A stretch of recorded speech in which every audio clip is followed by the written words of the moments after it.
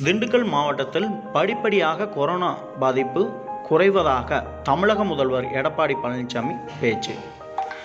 திண்டுக்கல் மாவட்டத்தில் படிப்படியாக கொரோனா பாதிப்பு குறைந்து வருகின்றதாக தமிழக முதல்வர் எடப்பாடி பழனிசாமி வியாழனன்று தெரிவித்தார். திண்டுக்கல் மாவட்ட ஆட்சியர் அலுவலகத்தில் வளர்ச்சி திட்டப் பணிகள் மற்றும் கொரோனா தடுப்பு நடவடிக்கைகள் குறித்த ஆய்வுக் கூட்டம் தமிழக முதல்வர் எடப்பாடி பழனிசாமி தலைமையில் நேற்று வியாழனன்று நடைபெற்றது. ஆட்சியர் அலுவலக நுழைவாயிலில் நடைபெற்ற நிகழ்ச்சியில் பல்வேறு துறைகளின் சார்பில் ரூபாய் 2.96 கோடி மதிப்பிலான நலத்திட்ட உதவிகளை வழங்கினார். அதைத் தொடர்ந்து திண்டுக்கல் மாவட்டத்தின் பல்வேறு பகுதிகளில் ரூபாய் 8 கோடி மதிப்பில் மேற்கொள்ளப்பட்டுள்ள புதிய கட்டுமான பணிகளுக்கு அடிக்கல் நாட்டினார். மேலும் ரூபாய் 8,88,00,000 மதிப்பில் முடிவுற்ற கட்டுமான பணிகளையும் தமிழக முதல்வர் எடப்பாடி பழனிசாமி தொடங்கி வைத்தார்.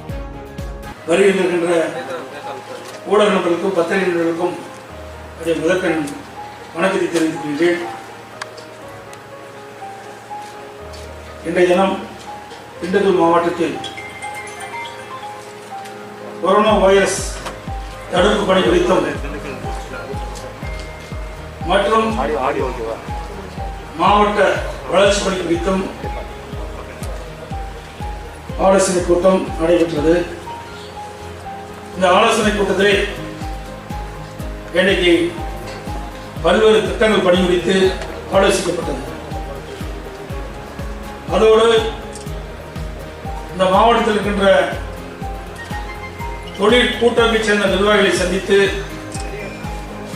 தங்களுக்கு ஏற்பட்ட பிரச்சனைகள் குறித்தும் அரசின் சார்பாக என்னுடைய கோரிக்கை நிறைவேற்ற வேண்டும் என்று கோரிக்கை வைத்திருக்கிறார்கள். அதேபோல விவசாய சங்கத்தைச் சேர்ந்தவர்கள் இன்றைக்கு அந்த பிரதிகளை சந்தித்து ஆலோசனை நடைபெற்றது. அவர்களும் அரசிற்கு பல்வேறு கோரிக்கைகளை வைத்திருக்கின்றார்கள். அதே போல சுயதிகளைச் சேர்ந்த பல்வேறு சங்கத்தைச் சேர்ந்தவர்கள் இன்றைக்கு அரசை பாராட்டியும் அரசு எடுத்த நடவடிக்கைகளுக்கு நன்றி தெரிவித்தும் கருத்துக்களை தெரிவிக்க என்பதை நேரத்தில் தெரிவிக்கின்றேன்.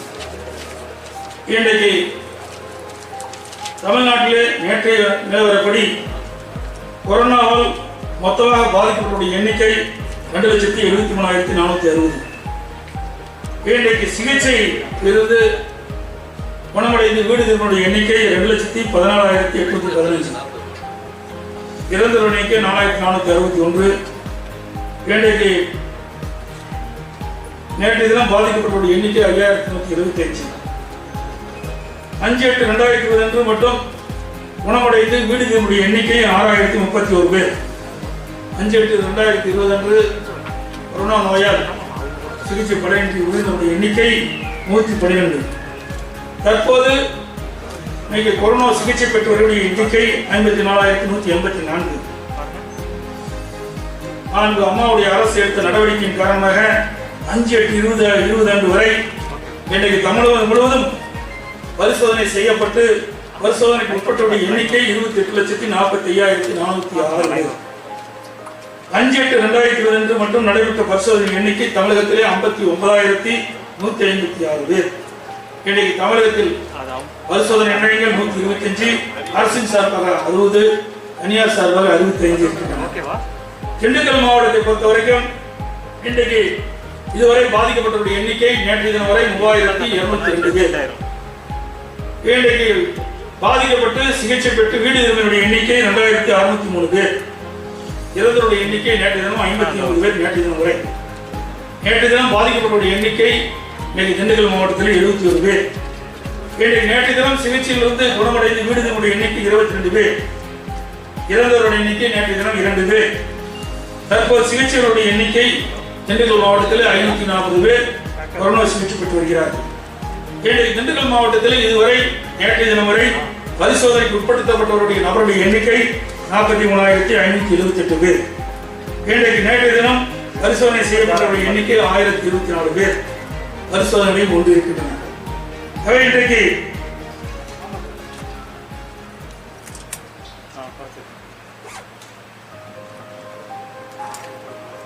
கொரோனா நோய் தொற்று நபர்கள் சிகிச்சை அளிக்க 1000க்கும் மேற்பட்ட படிக்க வசதிகள் இம்மாவட்டத்தில் இருக்கின்றன. மேலும் 1700க்கும் மேற்பட்ட படிக்க வசதிகள் கொண்ட மையங்கள் கண்டறியப்பட்டு தயார் நிலையில் இருக்கின்றன. இன்றைக்கு நோய்வாய் யாராவது நோய்வாய்ப்பட்டால் உடனடியாக மருத்துவமனையை சேர்த்து சிகிச்சை அளிக்கக்கூடிய அளவுக்கு இன்றைக்கு மருத்துவமனை தயாராக இருக்கின்றது, படிப்பசுகள் தயாராக இருக்கிறது. அதே மருத்துவர்கள் தேவையான அளவு இருப்பு இங்கே இருக்கின்ற என்பதை இந்த நேரத்தில் தெரிவிக்கின்றேன். அதேபோல இன்றைக்கு இந்த மாவட்டத்திலே நீண்ட நாள் கோரிக்கை மருத்துவக் கல்லூரி வேண்டும் என்று கேட்டிருந்தார்கள். ஆனால் அம்மாவுடைய அரசு தமிழகத்திலே 11 மருத்துவக் கல்லூரி உருவாக்கப்பட்டது. அதில் ஒன்று திண்டுக்கல் மாவட்டத்திலும் நானே நேரில் வந்து அந்த மருத்துவக் கல்லூரி அடிக்கல் நாட்டு விட்டு சென்றிருக்கின்றேன். 327 கோடி ரூபாயில இன்றைக்கு இங்கே மிக பிரம்மாண்டமான ஒரு மருத்துவக் கல்லூரி அமைய இருக்கிறது. அதே போல ஏற்கனவே திண்டுக்கல் மாவட்டத்தில் இருக்கின்ற அந்த அரசு மருத்துவமனையை இன்றைக்கு கூடுதல் வசதியுடன் கூடுதல் படிக்க வசதிக்கூடிய கூடுதல் கட்டிடத்தோடு அந்த மருத்துவமனையும் அமைக்க இருக்கின்றதை இந்த நேரத்தில் தெரிவிக்கிறேன். அதேபோல நான் ஏற்கனவே சட்டமன்றத்தில் அறிவித்தேன், முதலமைச்சர் சிறப்பு குறைதீர்க்கும் திட்டத்தை தமிழகத்தில் அமல்படுத்தப்படும். இன்றைக்கு ஏழை எளிய மக்களுக்கு அவருடைய பிரச்சனைகளை இன்றைக்கு அரசை நாடி செல்வதற்கு பதிலாக அரசாங்கமே அவர்களை நாடி சென்று மனுக்களை பெற்று அதற்கு தீர்வு காண்பதற்காக முதலமைச்சர் சிறப்பு குறைதீர்க்கும் திட்டத்தை நான் சட்டமன்றத்தில் அறிவித்து தமிழ்நாடு முழுவதும் நடைமுறைப்படுத்தப்பட்டோம். அதன் வாயிலாக நம்முடைய திண்டுக்கல் மாவட்டத்தில் மட்டும் அதில் பெறப்பட்ட மனுக்களுக்கு முதியோர் உதவித்தொகை 9125 பேருக்கு முதியோர் உதவித்தொகை வழங்கப்பட்டது. பட்டா மாறுதல் 3000 பேருக்கு வழங்கப்பட்டது. அதேபோல நீண்ட நாள் கோரிக்கை உயர்நீதி வாரியத்தை தனிவட்டமாக அறிவிக்க வேண்டும் என்று அறிக்கை மக்கள் கோரிக்கை வைத்துக் கொண்டிருந்தார்கள். அந்த கோரிக்கை நிறைவேற்றும் விதமாக இன்றைக்கு 1/7/2019 முதல் இன்றைக்கு உயர்நீதி வாரியை தலைமையாக கொண்டு புதிய வருவாய் வட்டம் ஒன்று உருவாக்கப்படும் என்பதை இந்த நேரத்தில் தெரிவித்துக் கொள்கிறேன். அதேவேளை கொடைக்கானலில் இருக்கின்ற பதிமக்களுடைய நீண்ட நாள் கோரிக்கை, அந்த பகுதியில் இருக்கின்ற ஏழை எளிய மாணவர்கள் குறைந்த கட்டணத்திலே கல்வி கற்க வேண்டும் என்று அரசுக்கு கோரிக்கை வைத்தார்கள். ஆனால் அமைச்சர்களும் அந்த கோரிக்கையை அரசுடைய கவனத்தில் கொண்டு வந்தார்கள். அதையெல்லாம் ஏற்று அம்மாவுடைய அரசு இன்றைக்கு 2019-20 புதிய கலை அறிவு கல்லூரி வந்து துவக்கப்பட்டுள்ளதையும் இந்த நேரத்தில் தெரிவிக்கிறேன். அதே போல இன்றைக்கு 2011-2020 வரை இந்திய புரட்சித் தலைவர் அம்மா அவர்கள் முதலமைச்சராக இருந்த காலத்திலிருந்து இன்று வரை இன்றைக்கு சுயதொழிலுக்கு தேவையான கடனுதவியை வழங்குவதிலே இன்னைக்கு நம்முடைய அரசு இன்றைக்கு முன்னுரிமை அளித்துக் கொண்டிருக்கிறது. இன்றைக்கு இதுவரைக்கும் இந்த சுயதொழிலுக்கு இந்த மாவட்டத்தில் மட்டும் 2011-2020 வரை 1509 கோடி ரூபாய் இன்றைக்கு கடனுதவி வழங்கப்படுகின்றது. 9756 குழுக்கள் இந்த மகளிர் சுய குழுக்கள் இந்த மாவட்டத்தில் இருக்கின்றன. அதே போல அம்மா இருசக்கர வாகனம் புரட்சித் தலைவர் அம்மா 2016 சட்டமன்ற தேர்தலில் அனைத்து இந்திய அண்ணா திராவிட முன்னேற்ற கழகத்தின் சார்பாக தேர்தல் அறிக்கை வெளியிட்டார். அதிலே நான் முதலமைச்சர் ஆனவுடன் இன்றைக்கு உழைக்கும் மகளிருக்கு இன்றைக்கு மானிய விலையிலே அம்மா இருசக்கர வாகனம் வழங்கப்படும் என்ற அறிவிப்பு கொடுத்தார்கள். அந்த அறிவிப்பு பிறங்க அம்மாவுடைய அரசு 7350 மகளிருக்கு இன்றைக்கு தலா 25000 மானியத்துடன் இன்றைக்கு அம்மா இருசக்கர வாகனம் வழங்குவதற்கு இன்றைக்கு நடவடிக்கை எடுக்கப்படுகின்றதையும் இந்த நேரத்தில் தெரிய விரும்புகிறேன். அதேபோல குடிநீர் திட்டங்களை பொறுத்த வரைக்கும் பல்வேறு திட்டங்கள் நம்முடைய அரசு இன்றைக்கு நிறைவேற்றப்பட்டிருக்கின்ற இந்த மாவட்டத்தில் என்பதை நேரத்தில் தெரிவிக்க விரும்புகின்றேன். அதில் பொது விநியோக திட்டத்தின் மூலமாக இன்றைக்கு ஒரு சோதனையான நேரத்தில் அம்மாவுடைய அரசு இன்றைக்கு வாழ்வாதாரம் இழந்து இருக்கின்ற அந்த மக்களுக்கு இன்றைக்கு அரசின் சார்பாக விலையில அரிசி, விலையில சர்க்கரை, மண்ணெண்ணெய், விலையில சர்க்கரை, பருப்பு, எண்ணெய் எல்லாம் வழங்கப்பட்டது. அதோடு மத்திய அரசு வழங்கப்படுகின்ற கூடுதல் அரிசியும் வழங்கப்படுகிறது. நவம்பர் வரை கொடுக்கப்படும். அதோடு அரிசி வாங்கிட்ட குடும்ப அட்டைதாரர் அனைவருக்கும் 1000 ரூபாய் இன்றைக்கு அம்மாவுடைய அரசு நிவாரணம் வழங்கப்பட்டது. இந்த நேரத்தில் தெரிவிக்கின்றேன். அமைப்பு சாரா தொழிலாளர்களுக்கு இன்றைக்கு 2000 அரிசி, பருப்பு, எண்ணெய் வழங்கப்பட்டது. இந்த நேரத்தில் தெரிவிக்கின்றேன். அதே போல வெளி மாநிலத்திலிருந்து நம்முடைய மாநிலத்துக்கு வந்து தொழில் புரிந்த அந்த தொழிலாளர்களுக்கும் அம்மாவுடைய அரசு விலையில்லா அரிசி வழங்கப்பட்டது, பருப்பு வழங்கப்பட்டது, விலையில்லாம எண்ணெய் வழங்கப்பட்டது. இந்த நேரத்தில் தெரிவிக்க. அது மட்டும் இல்லாம அந்த வெளிமாநில தொழிலாளர்கள் நம்முடைய சொந்த மாநிலத்திற்கு செல்ல வேண்டும் என்று விருப்பம் தெரிவித்த அத்தனை தொழிலாளிகளும் அவருடைய சொந்த மாநிலத்திற்கு அரசாங்கத்துடைய செலவே முழு செலவை ஏற்று அவர்கள் அனுப்பி வைத்திருந்ததையும் தெரிவிக்க வேண்டும். பாதிக்கப்பட்டிருக்காங்க, சுற்றுலா இல்லாம ரொம்ப பின்னங்கி போயிருக்காங்க. அவங்களுக்கு தமிழக அரசை எதிர்பார்த்து காத்துட்டு இருக்காங்க. அவங்களுக்கு என்ன செய்வது? இன்னைக்கு சுற்றுலா தலங்கள் மட்டும் இல்லை, பல்வேறு தொழில்கள் பாதிக்கப்பட்டிருக்கா அதையெல்லாம் இன்றைக்கு இயல்புகளை கொண்டுவதற்கு அரசு பல்வேறு நடவடிக்கை எடுக்கப்படுகிறது. பொதுமக்களுடைய ஒத்துழைப்பு மிக மிக முக்கியம். நான் ஏற்கனவே பல முறை தெரிவிக்கப்பட்டிருக்கிறேன். இன்றைக்கு தொழிற்சாலை 100% இயங்கலாம் என்று அறிவிக்கப்பட்டு அந்த தொழிற்சாலை இயக்கப்பட்டு வருகிறது. அது மட்டுமல்ல, இன்றைக்கு கொடைக்கானல் செல்வதற்கு இன்றைக்கு சாலை வசதியும் நாங்கள் தான் செஞ்சு கொண்டிருக்கிறோம். அங்கே இன்னைக்கு வந்து பெரிய குளத்திலிருந்து அடுக்கும் வரை இன்னைக்கு ஒரு மிகப்பெரிய திட்டத்தை நாங்கள் உருவாக்கி இன்னைக்கு கேரளா பகுதியிலிருந்து பெரிய குளத்திலிருந்து வந்தால் குறுகிய தூரத்தில் கொடைக்கானல் செல்வதற்கு சூழ்நிலை உருவாக்கியிருக்கிறோம்.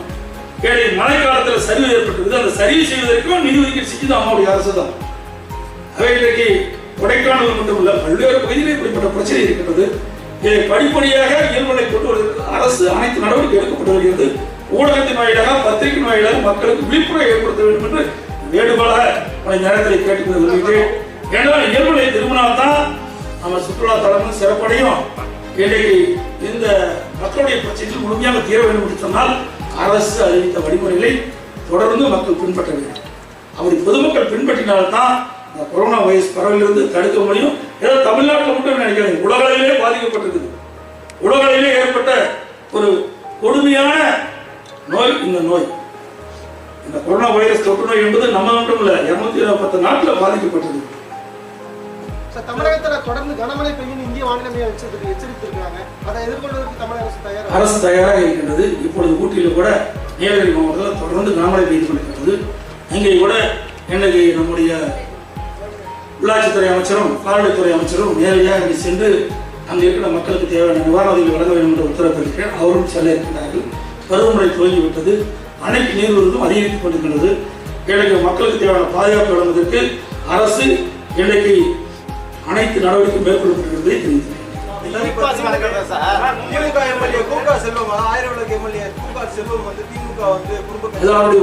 உட்கட்சி கோஷம் என்ன சொல்றது?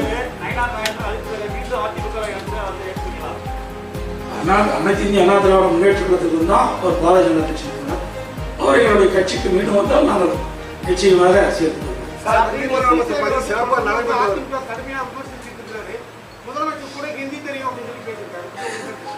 எங்களுக்கு ஹிந்தி தெரியும். அவருக்கு எப்படி தெரியும்? நானாடி அவருக்கு எப்படி ஏற்பட்டது? அவர் முதல்ல எந்த கட்சி சேர்ந்தவர்? பாரதிய ஜனதா கட்சி சேர்ந்தவர் தான். இந்த தேர்தல் பிரச்சாரத்துக்கு வரவே இல்லையே. அனைத்து இந்திய அண்ணா திராவிட முன்னேற்ற கழகம் எங்களுடைய கூட்டணி இடம்பெற்றிருக்க பாரதிய ஜனதாலாம் நாடாளுமன்றத்தில் சந்திச்சோம். அப்பொழுது எங்கேயுமே அவர் பிரச்சாரத்துக்கு வரவே இல்லை. அது மட்டும் இல்ல, அனைத்து இந்திய அண்ணா திராவிட முன்னேற்ற கழகம் முதல் இருந்தாரு. அதிமுக தான் இருந்தாரு. அதிமுக தான் புகழ்ந்து பேசிட்டு இருந்தாரு. இங்க சரியான முறையில இந்த கட்சிக்கு ஒத்துழைப்பு கொடுக்கிற காரணத்தாலதான் அம்மா அவர் நீக்கப்பட்டாங்க, வெளியே இருந்தாங்க. ஆக அவருக்கெல்லாம் பதில் சொல்ல வேண்டிய அவசியம் நமக்கு இல்லை. அவர் பெரிய கட்சி தலைவராக நினைக்கல. ஏதாவது பேசுவாரு, பேசிட்டு ஏதாவது வழக்கு வந்தா போய் ஒழிச்சுக்குவாரு. இந்த கொரோனா பாதிப்பு காலத்துல ராமர் கோயில் கட்டப்பட்டது வந்து தவறான ஒன்றுன்னு சொல்லி சமூக வலைதளங்கள்ல தொடர்ந்து அதாவது ராமர் கோயில் வந்து இப்போ ஆரம்பிக்கப்பட்டதில்லை, பல ஆண்டுகளுக்கு முன்னே ஆரம்பிக்கப்பட்டது. இன்றைக்கு நேற்றைக்கு வந்த பிரச்சனை இல்லை. நீதிமன்ற உத்தரவுப்படி மத்திய அரசு திண்டுக்கல் மாவட்டத்துல முக்கிய ஆறுகளான குடகனாறு, சந்தனவர்த்தினி ஆறுலாம் இதுவரைக்கும் எடுக்கல சார். இது வந்து 500க்கும் மேற்பட்ட கிராமங்கள் இந்த ஆறை நம்பி. அதாவது மொத்தம் வந்து பாத்தீங்கன்னா தமிழ்நாட்டில் 14,000 ஏரிகள் பொதுப்பணித்துறையின் கீழ் வருகிறது. கிட்டத்தட்ட பார்த்தீங்கன்னா 26,000 சிறு திருக்குட்டைகள், ஊரணிகள், குளமெல்லாம் ஊராட்சி ஒன்றியத்தின் கீழ் வருகிறது. சுமார் 40,000 இருக்குது. படிப்படியாக ஒவ்வொரு வருடம் குறிப்பிட்ட அளவு ஏரிகளை எடுத்து நாங்கள் சீர் செஞ்சுட்டு இருக்கோம். இந்த முழுக்க இந்த குடிமராமத்து திட்டத்தை பொறுத்த வரைக்கும் விவசாய பங்களிப்போடு இந்த திட்டத்தை நிறைவேற்றிட்டு இருக்கோம். டெண்டர் கிடையாது. விவசாயிகள் 10% அளிக்கிறாங்க, மீதி 90% அரசு கொடுக்குது.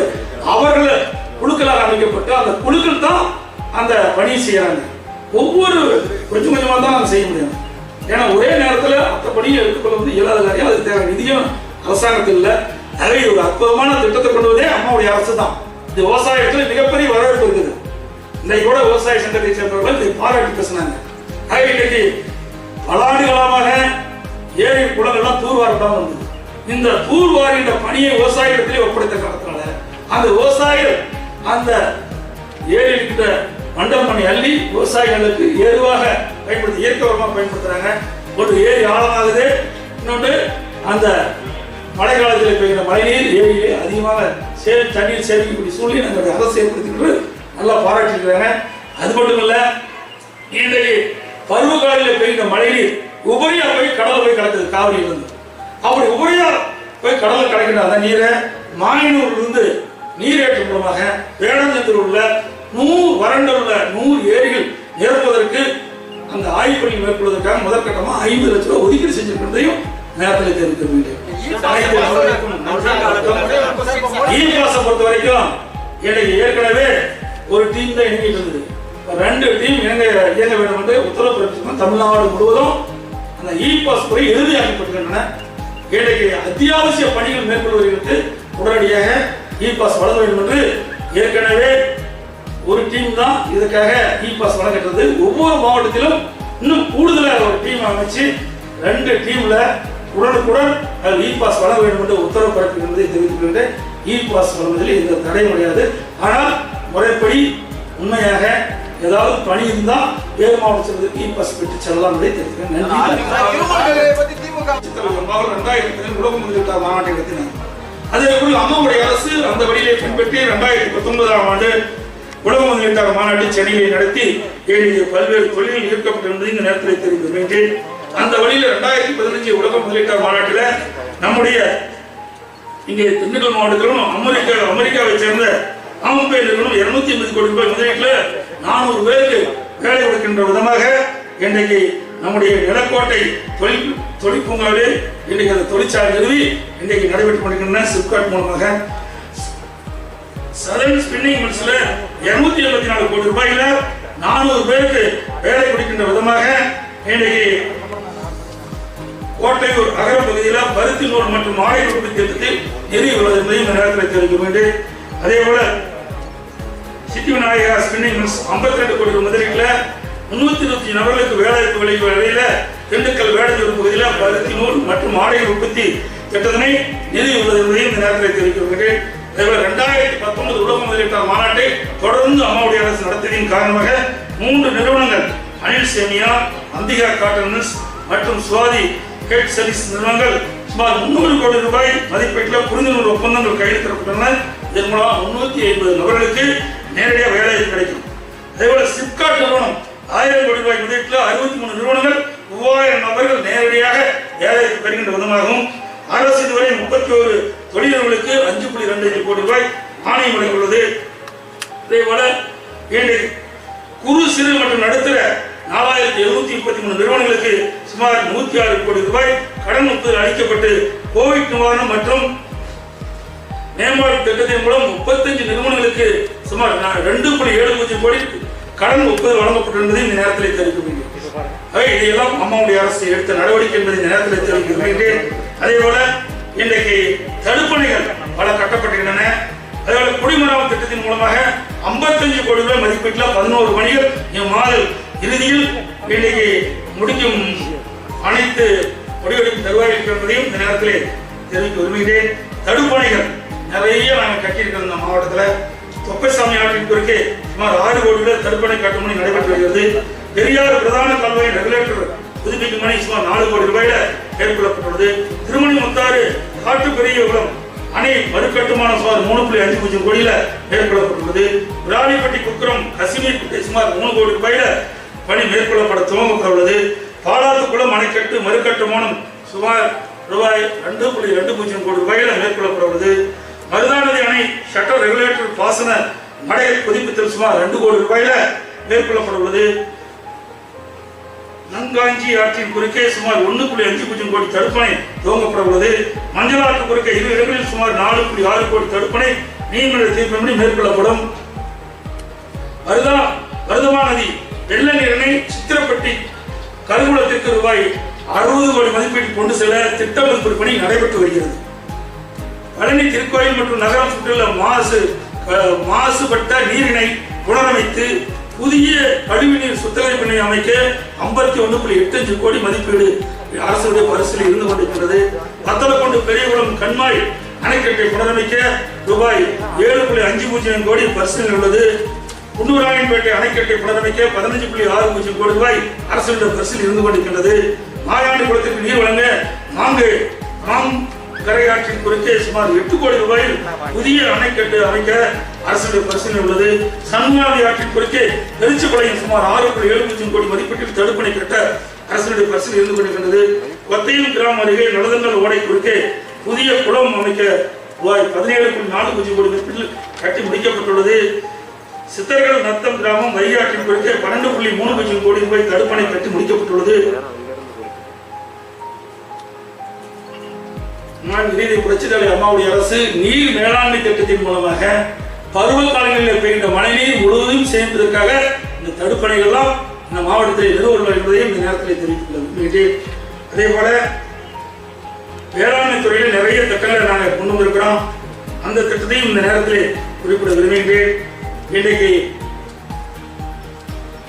வேளாண்மை இந்திய இஸ்ரேல் கூட்டத்திட்டத்தில் காய்கறி மையம் ரெட்டியார் சத்திரத்தில் 10.18 கோடி மதிப்பீடு துவங்கப்பட்டு 4028 விவசாயிகளுக்கு இலவசமாக நாற்றங்கால் விநியோகிக்கப்பட்டுள்ளது.